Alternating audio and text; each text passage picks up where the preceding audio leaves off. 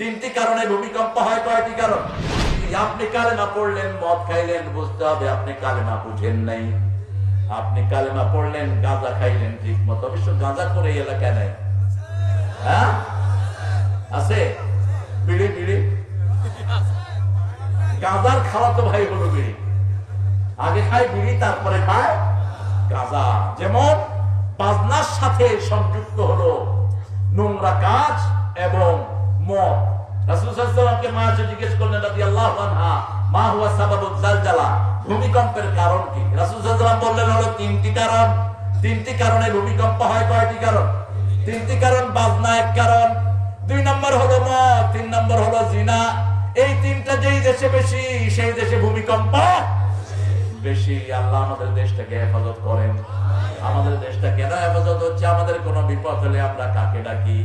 বিপদ হলে আমরা পড়ি লা ইলাহা ইল্লা আনতা সুবহানাকা ইন্নী কুনতু মিনাজ জালিমিন। জবাব দেন কে?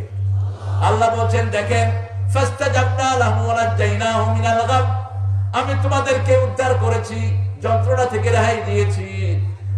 আর এইভাবে যত মুমিন আমাকে ডাকবে, কাযালিকা নুনজি, ইউনূস বললেন না কাযালিকা নুনজিল মুমিনিন, কিয়ামত পর্যন্ত যত মুমিন বিপদে পড়ে আমাকে ডাকবে, সাথে সাথে ওই বিপদ থেকে উদ্ধার করার জন্য আমি আল্লাহ তৈরি আছি। এইজন্য বিপদে পড়লে কাকে ডাকবে?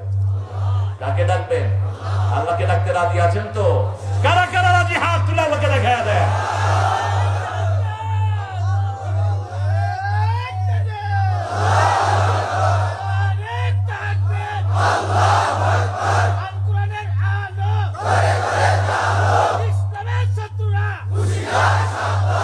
এই স্লোগান এখানে হবে না, এখানে হলো দুনিয়ার মুসলিম। আচ্ছা, শত্রু হলে কি এটা ভিতরে আসতো? কথা বল না কেন? মসজিদে মুসল্লিরা আসছে, আপনি বললেন মসজিদের শত্রুরা দাঁত ফালায় হইল তো, মসজিদের শত্রু ঢুকবে কি করতে? শত্রু তো বাহিরেই থাকবে। এখানে যারা আসছে ওরা কোরআনের বন্ধু হওয়ার জন্যই আসছে। এখানে বলবেন দুনিয়ার মুসলিম এক হও, আর এক হওয়া ছাড়া আমাদের কোনো উপায়, এক হতেই হবে আমাদের। কারণ সারা পৃথিবী আমাদেরকে মারছে। উইগুর মুসলমানদেরকে জোর করে মদ খাওয়া, চাইনিজ জাতাদের রোজা ভাঙাচ্ছে, অসংখ্য মেয়েকে তুলে নিয়ে যাচ্ছে, হাজার হাজার মুসলমানকে সারা পৃথিবীতে বিদায় করা হচ্ছে, ঠিক কিনা? বদনিয়া মুসলমানদেরকে, নারীদেরকে উপর্য করে খ্রিস্টানরা ধর্ষণ করে করে তাদের পেটে খ্রিস্টান বাচ্চা দিয়েছে। আমাদের রোহিঙ্গাদেরকে আমরা জানি যে 11 লাখ, আসলে 11 লাখ 15 লাখের বেশি রোহিঙ্গা জানে। ভারসাম্য নষ্ট হয়ে যাচ্ছে দেশে।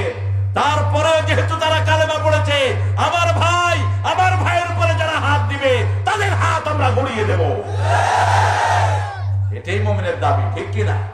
আমরা এখানে আমার ভাই হলো কিসের ভিত্তিতে? লা ইলাহা ইল্লাল্লাহু মুহাম্মাদুর রাসূলুল্লাহ। আমার ভাই কালেমা পড়েছে, আমি আমার ভাইকে আদর করব, সোহাগ করব। আমার পাশের এক ভাই কালেমা পড়ে নাই, তাকে আদর করব যাতে তিনিও পড়েন লা ইলাহা